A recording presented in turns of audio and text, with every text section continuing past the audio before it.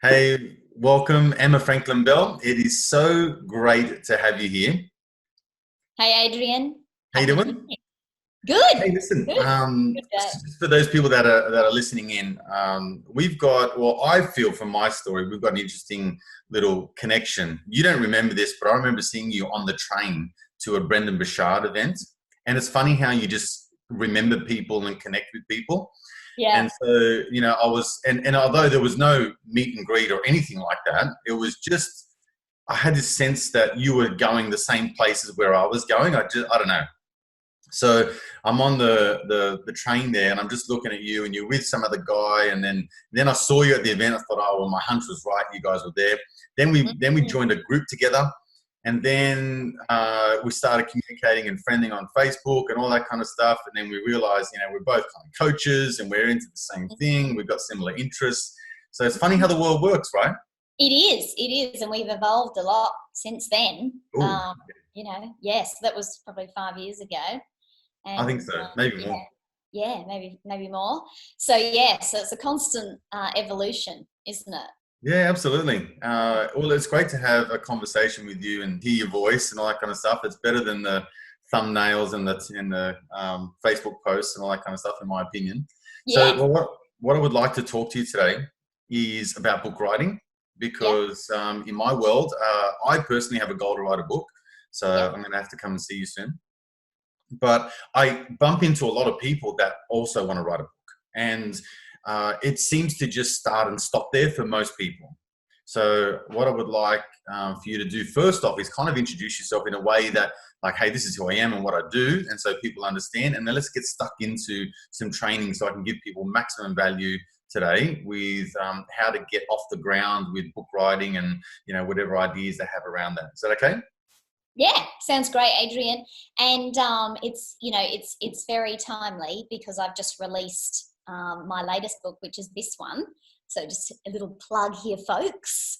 Wonderful. Right, you not first nonfiction book. So I just brought that out a couple of weeks ago, and that is the foundational piece of my book coaching. So I coach people one to one and in a group in my program called Manuscript Mastery.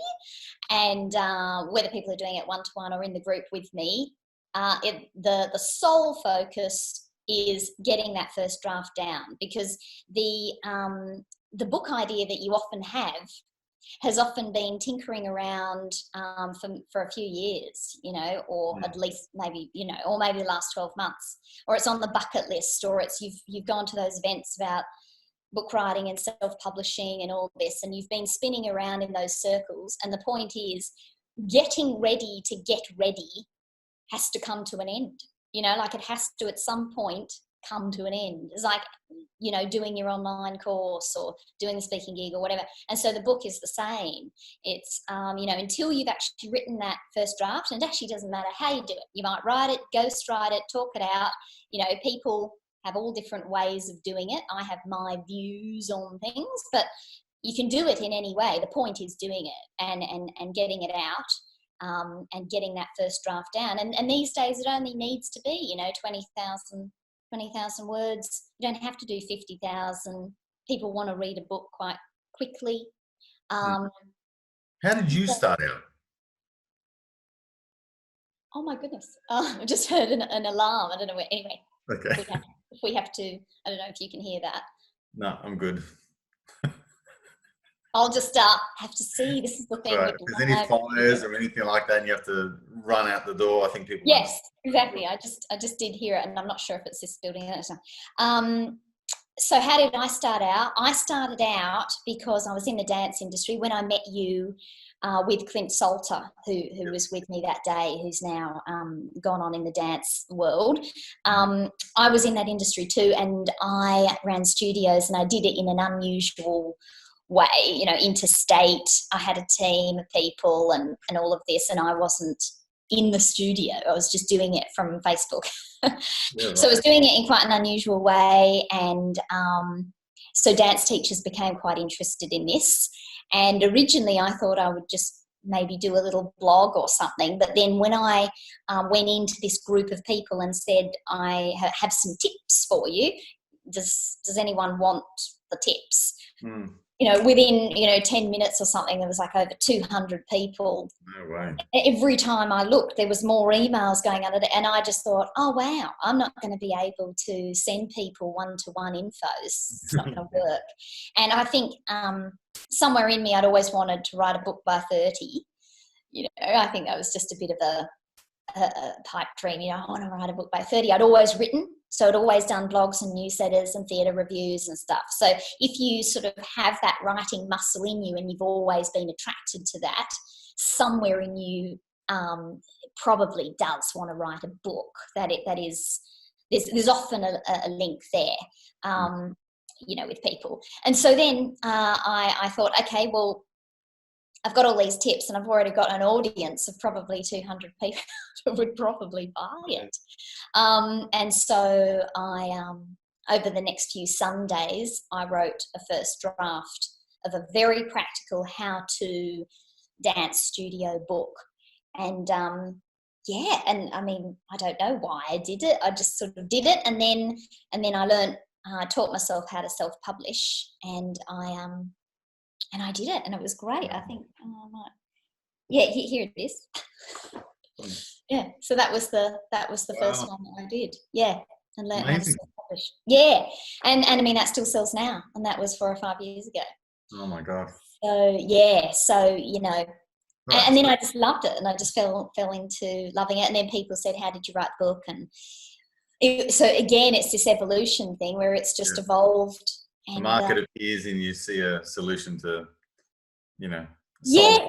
Yes. And I mean, I'd been a writer and I'd been a trainer and I'd always written programs and I'd always taught people, and I have a very structured mindset. So then moving into the sort of practicalities of teaching people how to pull out their intellectual property and lay down their ideas in some sort of structure, and I did that at uni and everything. So it seemed just really quite natural.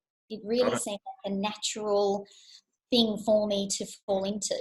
And when you say it, it sounds so easy. So what stops people from getting this idea that floats around? And by the way, it's typically not 12 months. It's probably about 12 years. And people are still wondering whether this is even possible. Is it because they discredit themselves as like no one's ever going to read anything that I write, or do they just get in their own way by just not even putting pen to paper or recording something? What is it?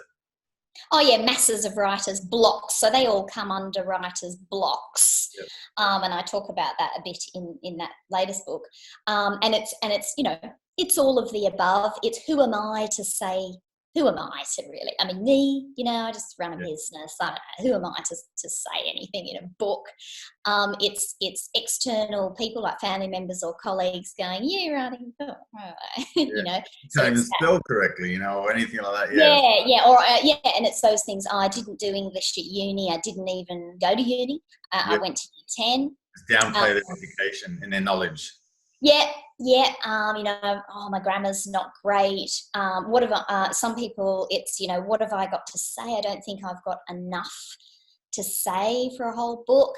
I don't think I'll sell any copies, so it's probably not worth it.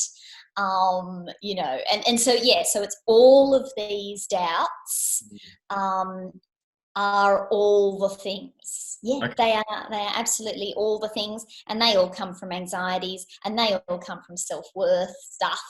Yeah.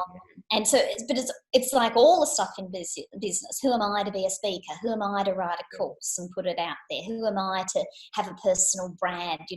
So it's all coming from doubt and self-worth and all of that stuff. Isn't that interesting though? From a psychology point of view, it comes from an inner belief system, or all of that self-doubt and low self-esteem, or whatever those things you want to call it.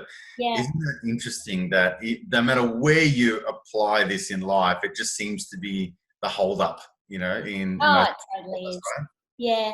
Oh, it's totally that. And then it, yes, absolutely. From a psychological point of view, it would go deeper into, the fears, the fear of stepping out, all that stuff about fear, deep rooted stuff of stepping out from the crowd, and then I won't belong and I'll be made a fool of, and, you know, and then they'll fail and all of that. So, I mean, I think the reason why we probably don't do anything in life that we want to do is it's all psychology. You know, Yeah, it's absolutely. all psychological. And that's why a lot of marketing is trying to get into, you know, the psychological elements to try and break through a bit so that people will step forward. And that's why you as a coach and me as a coach, you come up with, you know, effective and helpful ways for people to get breakthroughs.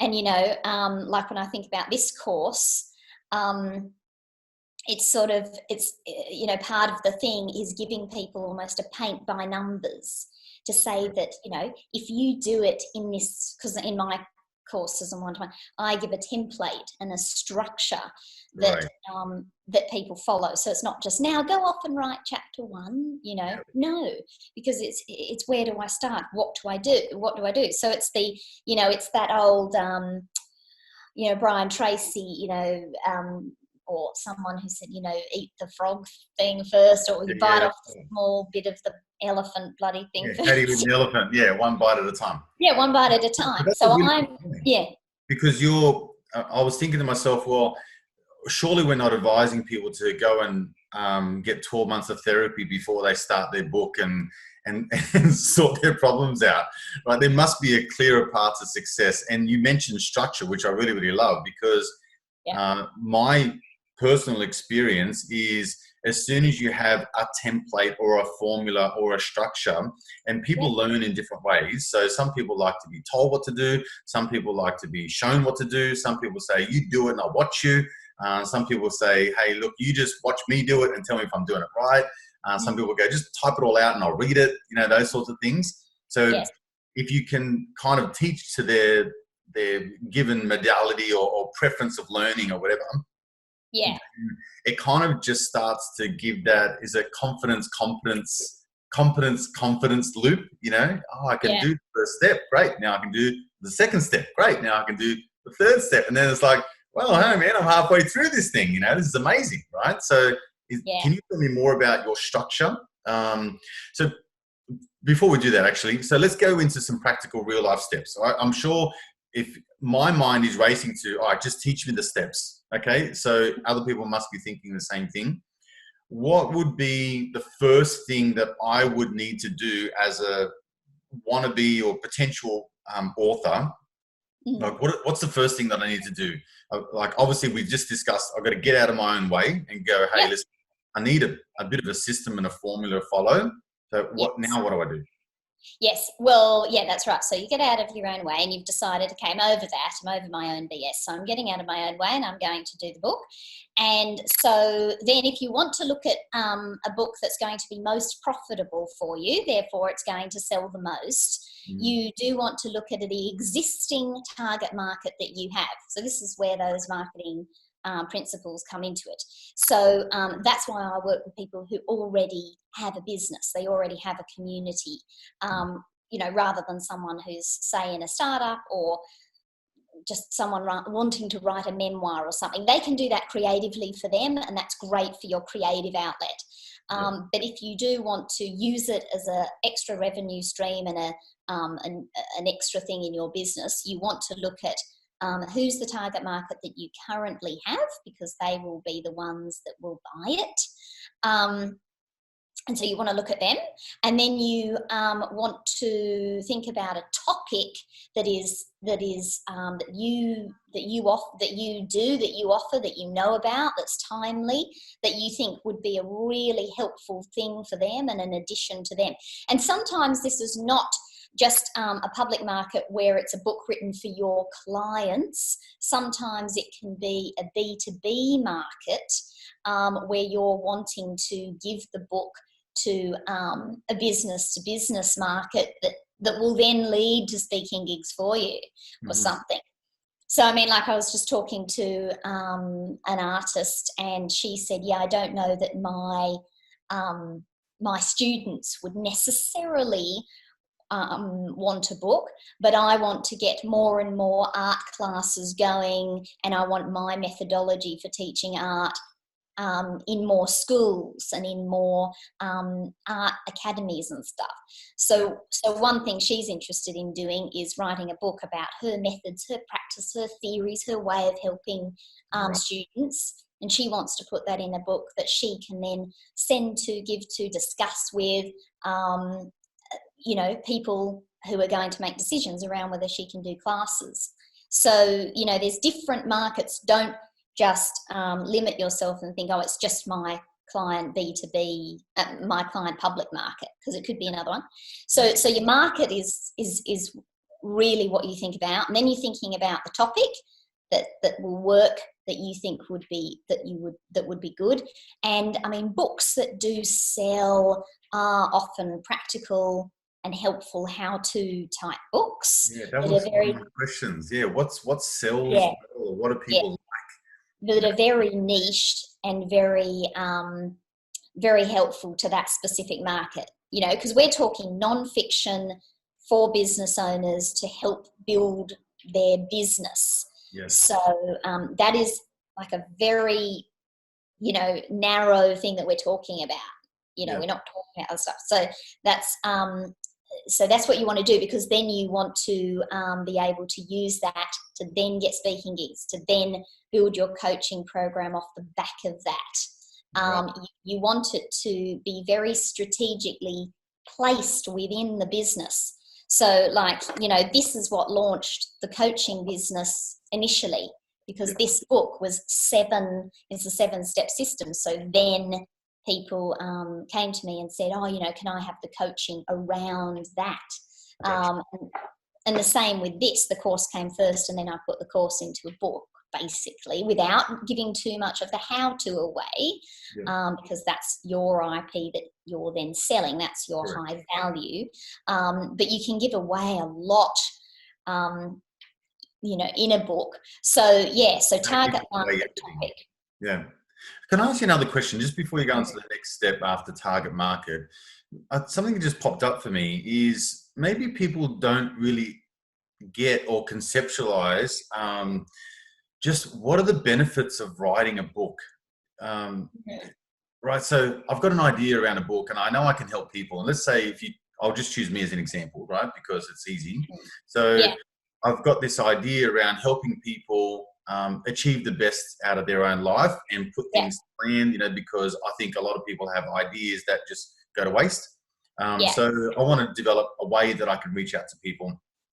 So my mind will go to just what's in front of me, which is I've got to write this damn book, right? But I'm not really thinking about, why am I writing the book, and what benefits of becoming an author, like what does it do for me long term? I've heard some authors and some people say, oh, it's a really good business card to have. And part of me is like, well, the commercial side of me goes, well, fuck, that's a very expensive business card. I just don't want a business card like that. And I don't know what your opinion is. I'd love to know. So can you tell me what are the benefits? What are some of the residual outgrowth of establishing yourself as an author? I think there's a few things. So one is that you're productizing knowledge. So anyone who's in a conceptual service-based thing where you don't sell hard products, it can be quite hard to get your concepts across to someone when you're just talking about it. A book distills that down into a concrete thing where you can say, this is what I do. I'm a life coach, and this is what I do with people. This is my system. Here's the book. And then they can actually see it as a product in front of them. Because you can lose people, at networking events. Oh, I'm a life coach and I did it. And you see the glaze and then they're lost. Yeah. And so, the book does that. So one thing is it productizes knowledge. Second thing is that people are impressed. So people still get impressed that a person has been able to produce a book and write 30,000 words. And so when they are impressed, that kind of goes up on the scale, because they might have spoken to 10 business coaches or 10 corporate trainers, and 9 of them didn't have a book and one did, and one gave it to the person, and Yeah. so the impressive factor goes up on the credibility rating. She must know what she's talking about, and she's got this research in there, and she's got a quote from someone well known in there. Oh, that's quite impressive. So that then is putting you up further. And then the other thing it does, yes, the business card thing has been tossed around quite a bit, and yes, that's kind of true. But I think the other thing that a book does is it enables you to hang off a lot of other marketing opportunities. So if you were going to go and do a range of talks, and you were just going to go and do talks about, how to be a better public speaker, okay, great. You might get some bums on seats or not. If you've got a book, you've kind of got an excuse to be more razzle dazzle about it. You've sort of, so I've just released this, my latest book, and you've got all the images there, and this is where we really unpack how you're going to be the TED speaker of the year, and it's just, it's going to knock you out.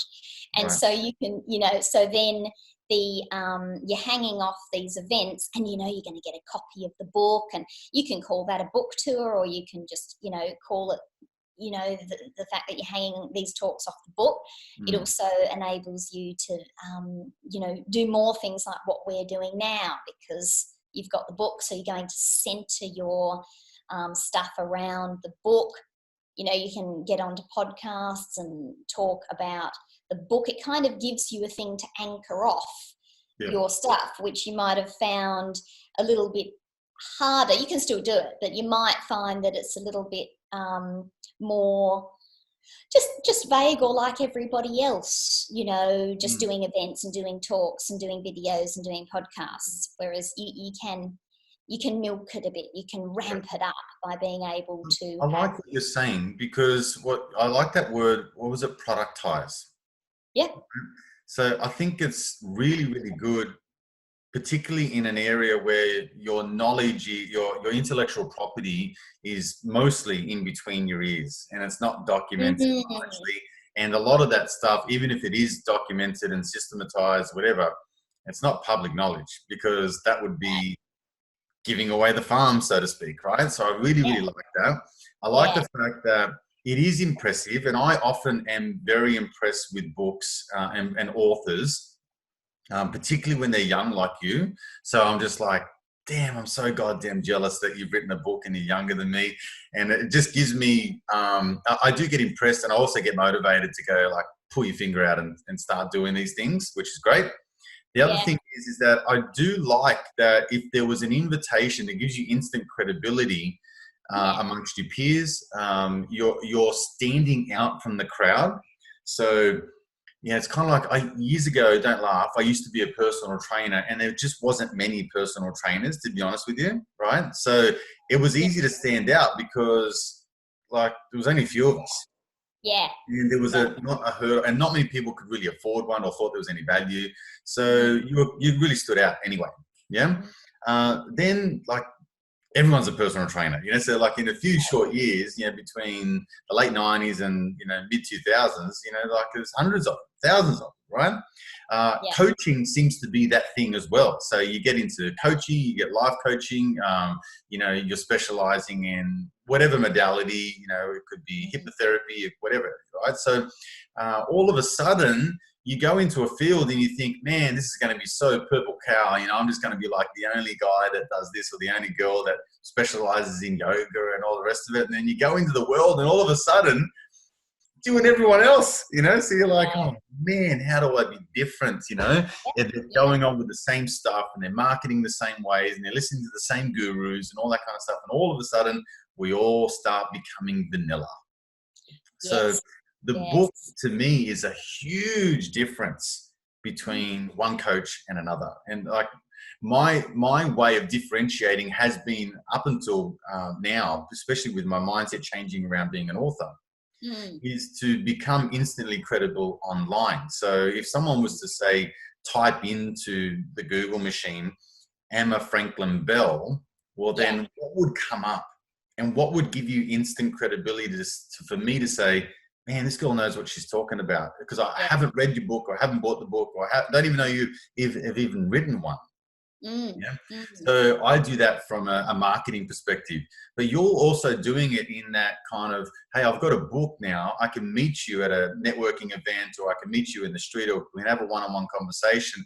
I can say, hey, by the way, why don't you just grab this book, have a read of it, and then come back to me. And all of a sudden, I've got a piece of you that I can take with me, Oh, and it's yes. going to be on my bedside table. It's going to be on my coffee Oh, table. It's going to stick around. I'm going to see your name all the time. And yes. it's just going to draw me to you all the time to go, I've just got to give this girl a call, and I've just got to book in to do the assessment, or I've just got to go and write the book, and then it'd be like, just pay the goddamn money and just go and do the thing, to get Yeah. to that point. Yes. Yes. And it's also very interesting when you're writing it as the author.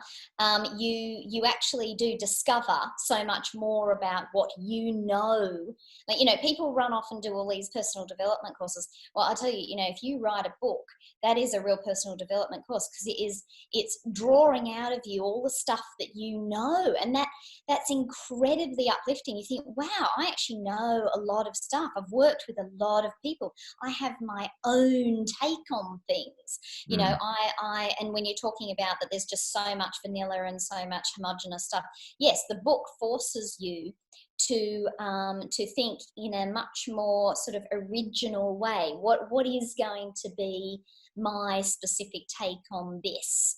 And then you just do sound very very credible and very on top of your ideas and your processes when you talk, because you've often created a piece of intellectual property. You will say, I've been able to, I've come up with these 5 pillars to my system, or, I've got a 7-step system, or I've got a formula of da-da-da, and I take people through. And through writing the book, writers often will say to me, wow, just the process of writing this book and asking of my mind and my brain and my ideas, asking of myself to pull that out, has been such a, therapeutic and powerful process. It does shift you as the individual to a new level. Yeah. Just through the And it process. dispels all of that imposter syndrome and thinking that I'm not good enough and no Oh, one yeah. me and I don't have all the answers and all that kind Yeah. of stuff. And you Yeah. turn around and go, well, hang on a second, this is 5 years or 10 years or this is 20 years, of knowledge that I'm pouring out here. I'm like, man, this Yeah. is 4 degrees back to back to back, so it's Yeah. like an Yes. incredible amount of knowledge that you're sharing. All Yeah. right. So in the interest of time, let's go towards a couple of actual tips that people can actualize right now to go from, I've done my market research, maybe give me, say, 2 more steps to give people the motivation to get started. And then if it's okay with you, I want to maybe have an opportunity where people can reach out to you, because I know you do 5-day challenges. I know you've got your book there, which you just mentioned. You do one-on-one coaching and stuff like that. I'm certainly going to have to talk to you very soon, because my mind at the moment, you can't see it, but I'm already coming up with book titles and thinking all that kind of stuff. And I'm doing this all in my, processing machine back here. Yes. So my mind's running, rife with ideas. And I'm sure if anyone's listening to this, they'd be like, man, I can do this. And I know this is going to benefit my business. And I just need someone like you that can shortcut the process, because I've been, fucking around for 10 years, right? So excuse the French. All right. So step number 2. There's cost. When you mentioned the cost, there are cost-effective ways that you can do it. I mean, you can go and pay 40,000, 20,000, all of that, but you can also do it cheaper than that. There are lots of options for you. Which would be a hang up for a lot of people too, right? Yes. Yeah. Okay. So all up, you can do it for about $5,000 or something. Oh wow. Okay, that sounds a lot less than what I thought. Yeah. Okay, so we've done our market research. First, we've got out of our own way. We've done our market research. We realize there's a niche between what I know and what people want to learn. And I can now use that to my advantage, whether I can reach someone either that's in a like-minded business that I can help, or maybe in a one-to-one customer that I can help. So someone wants to be, for example, a coach like me, so I can teach them how to be a coach. Or someone wants to have a coach, and then I can teach them stuff that can get them off the mark to get them mentally prepared to actually employing a coach, if I use myself as an example. So I know that there's 2 or 3 ways of working this around. What would be the next step after that? I've obviously got to put pen to paper or do something soon, right? Yeah, that's right. Well, obviously in my thing there's a template, but you can brainstorm some topic ideas, some book titles, because the book titles will help just stir around, sort of getting into your more creative side, what topic you do seem to be wanting to write about. Because if you make yourself write about something that you don't want to, that will be a real slog. So you have to, you've got profitability in your mind, but you also need to want to write the book. So brainstorm titles, and then pick a working title, and then put that on your Word document or whatever you want to use, and you just have a working title and a working subtitle, and just put that down there as the first thing, and put your author name there, so you've got page 1 of your book. And then something you can do is move into the introduction, which is basically asking yourself the question, why am I writing this book right now? And then just do a stream of consciousness. Just put the word introduction, and you can even put that, why am I writing this book right now?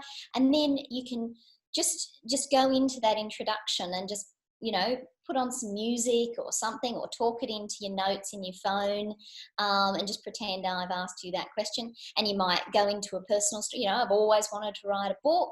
I started coaching 10 years ago. I'm seeing the world is turning into a strange place. I think we need some wisdom right now. Whatever. You just kick off with a first sentence, and just go into a sort of a flow of writing whatever's coming out in an introduction, and just see what happens there, because an introduction is quite a personal piece. It's like a letter to someone. So that's often quite a nice kickstart, and it gives you a bit of feeling, and it gives you a bit of a compelling feeling around why you feel drawn to write the book at the moment now. So that's quite good. And then you can, on a more sort of strategic functional level, you can start to brainstorm to say an 8-chapter format, 8 topic areas that you think would be really helpful for people when you think about your target market. Eight things that you think right now would be really helpful for them. Is there a reason why it's number 8? Well, 8 is just really quite a common. It's an easy chapter. If we're looking at, because with 20 to 30,000 words, I do a breakdown in the template. So everything's very broken down, and 8 chapters works really well when we're talking word counts. The breakdown of word counts with your topping and tail of back and front matter is a common size. If you're wanting to do parts, if you're wanting to do 4 parts, then you get 2 chapters under your 4 parts. It's just kind of, it's like just learning your scales in music. It gives you a bit of an idea of the size. 6 can work, but it's often a little bit small. 10, you go, oh God, 10. So, 8 is quite nice. When you actually come to do it, it might be 7, it might be 9. Doesn't matter. It just locks in your mind an even 8 with front and back, and it just works quite well. Again, it's a good framework, isn't it? It's just a framework, yes, and it's just a framework. And in the stuff that I do with people, within each of those, everything is broken up. So it really is that biting off the first bite with the elephant, and that's how it works. And that's how in 4 weeks people do produce often, 25,000 words in and around school and kids and everything. And I also get the whip out a bit. That's what because you have to have that accountability. But you've got to have structure and frameworks. So think about your people, think about what they need right now, and think about, say, 8 meaty topics that you think would be really valuable for them right now, that all are under that book title that you've come up with, that you think would make for a good topic. They're really good chunky bits of information, which I like, because it just, to me, I could do that this afternoon. If I really focused and blocked some time out, I could go, all right, I'm just going to turn off the phone and switch off email and all that kind of stuff. And I'm just going to, whatever, go to a coffee shop, sit in my sunroom and come up with an idea that I can reach out to people. So let's get some topics going. Let's come up with a headline or some sort of book title, that we can work with. Let's go and ask ourselves a really good question. Why am I writing this book right now? I love that. Yeah. And then the next thing is, let's just break this down to kind of like maybe 8 topics that we could work from. So like I said, whether it's less or it's more, it's irrelevant at this point. Let's just get a kind of frame that we can work within. And at least then that sits you down and you go, okay, great. Book title, the reason why I'm writing it, the 8 things that I'm going to cover off on. Yeah. And now all I've got to do is fatten that up with a bit of forward and a bit of, stuff at the back and all that kind of stuff, which I can worry about later. But the meat and potatoes right now is these 8 things. Yeah. So that makes it simple. I'm a guy and I can definitely do 8 things, like not at a time, but I could probably do it one in a row, like in succession. Yeah. So I could probably do that. And when you ask yourself that question, why am I writing this book right now? If you want to get ranty and stuff, just get ranty, because with the first draft, there's many editing things that happen after that. So if you want to get passionate and sort of ranty and have a bit of a go, in that intro about stuff and work and clients and stuff that you think is important, just get it down. It'll be quite interesting. And you just set the timer for about 20 minutes and see what happens. Yeah. And just as a side comment, when you mention 30,000 words, for example, some people might go, 30,000 words, whatever. But I can tell you from just speaking, I've recorded like an hour talk and then gone off and got it transcribed. Oh, it is tens of thousands of words. It is. And you're speaking for 45 minutes or an hour or half an hour. Like it'd be 15,000 words in half an hour, no trouble. So I like that idea of like, if you're not really into typing or even writing or whatever, and you just don't feel like it flows, or like with me, my writing starts out really perfect at the beginning and then by the end it's like a doctor's handwriting, I can't read it. So, but I definitely love to speak. All right. So I can speak into the computer all day long and just come up with, rambling ideas and whatever. Yes.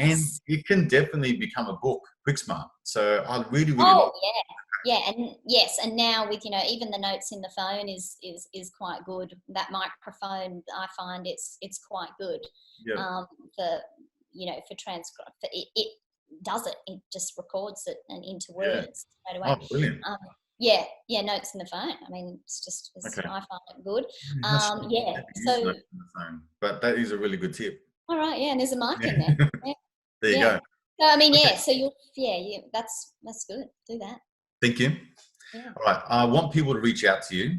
Because that's right. The other thing that happens is that people often run off and they get all excited and they do notes on the phone. They go to the cafe and they get, a few thousand words down. Very, very common that, people get to 4,000 and 5,000 words and then they lose steam. Yeah. I've been there twice. Right. And so you can always have a go at that. But if you find that you're like, I really want this book done and I'm losing steam at about 4,000 or 5,000, that's because you need those other things that you know about, Adrian. The accountability, you need the feedback. I mean, I give feedback as well. So right through, I'm sort of saying, this is really good. Do more of this. You're losing the plot, So if you feel that you need that, then reach out to me, join my 5-day challenge that I've got coming up in April. You can opt into that. You might want to buy the book first from my website or just get in touch with me and we can have a chat and talk about your ideas and your book. Fantastic. And I'll obviously grab all of those links off you and I'll chuck them in the comments for people to get a hold of you. You got something for us? Oh, yes. Yeah. So I'm going to do a giveaway. So if you've got a great book idea that you've been working on, you've been thinking about for the last few years, pop it in the comments and we'll give away a couple of copies. to people's great book ideas to get going. Fantastic. Okay, Emma Franklin Bell, thank you so much for your time. It is so great to see you and chat to you again. I look forward to catching up to a 3D conversation soon. I hope it's been a little while in between those. Once again, I'm just so grateful for your time, and I want everyone to get in contact with you. If you've ever thought about writing a book, you started and stopped, or you just don't know where to go from here, opt into your 5-day challenge. Just reach out to you, get some book ideas, get to know you, because you always deliver fabulous content all the time anyway. Once again, thank you so much for your time, and I look forward to chatting with you soon. Great. Thanks, Adrian. Thanks so much. Happy Pleasure. riding, everyone. Bye. Bye now.